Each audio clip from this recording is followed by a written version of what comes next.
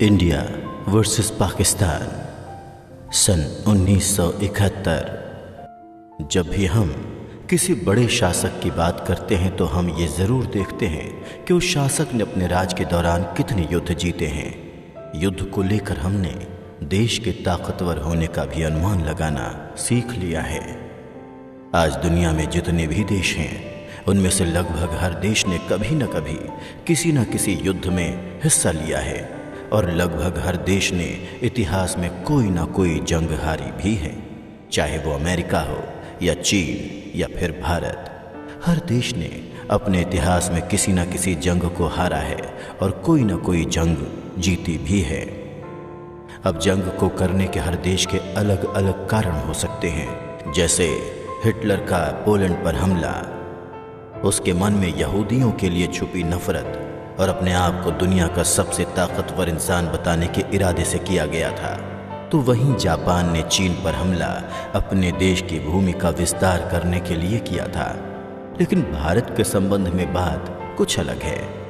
अगर हम भारतवर्ष के संपूर्ण इतिहास को गौर से देखें तो एक बात तो साफ है कि भारत के शासकों ने कभी भी किसी दूसरे देश पर हमला नहीं किया।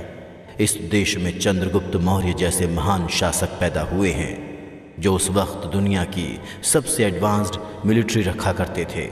बावजूद इसके भारत के शासकों ने कभी भी अपने पड़ोसी मुल्कों पर हमला करके उन पर कब्जा करने की कोशिश नहीं की थी। मगर हाँ, जब भी किसी दूसरे देश ने कभी भारत पर हमला करने की कोशिश की तो भारत ने हमेशा इस बात का मुंह तोड़ जवाब दिया है। और साल 1947 में अंग्रेज़ों से आज़ादी मिलने के बाद भी ये सिलसिला ऐसे ही जारी रहा है।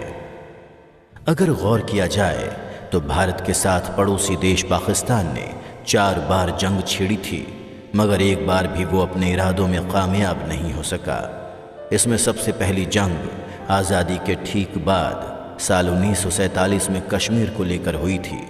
इसके बाद साल 1956 में एक और युद्ध इन दोनों देशों ने लड़ा है। उसके बाद इसमें साल 1971 की लिबरेशन वॉर और सन 1999 की कारगिल वॉर भी शामिल हैं। मगर भारत और पाकिस्तान के बीच हुए इन युद्धों में आज भी सबसे विशेष सन 1971 की जंग मानी जाती है।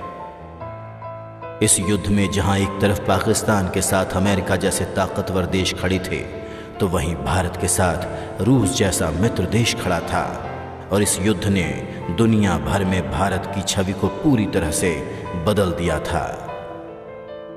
दूसरे विश्व युद्ध के बाद शायद ही ऐसा कोई युद्ध हुआ होगा जिसमें 1 लाख के करीब सैनिकों ने किसी देश के सामने सरेंडर किया हो। और आज भी साल 1971 की जंग भारत के लिए एक विशेष जंग है, क्योंकि इसके बाद पूरे एशिया में भारत का दबदबा और बढ़ गया था। साथ ही भारत का दूसरा पड़ोसी देश चीन भी उसके प्रति काफ़ी नरम व्यवहार अपनाने लगा था। मगर जानने वाली बात यह है कि आखिरकार ये युद्ध क्यों हुआ और इस युद्ध के नतीजे क्या हुए थे, और कैसे एक सीमित बजट के बावजूद भी भारत ने पाकिस्तान के साथ साथ अमेरिका, ब्रिटेन जैसी महाशक्तियों को भी अपने सामने घुटने टेकने पर मजबूर कर दिया। साथ ही इस युद्ध के बाद भारत और पाकिस्तान के संबंधों में क्या फ़र्क आया और वो क्या वजह थी जिसकी वजह से भारत इस युद्ध को जीतने में सफल हुआ, और कैसे उस वक्त पाकिस्तान को 93,000 सैनिकों के साथ भारतीय सेना के सामने सरेंडर करना पड़ा था।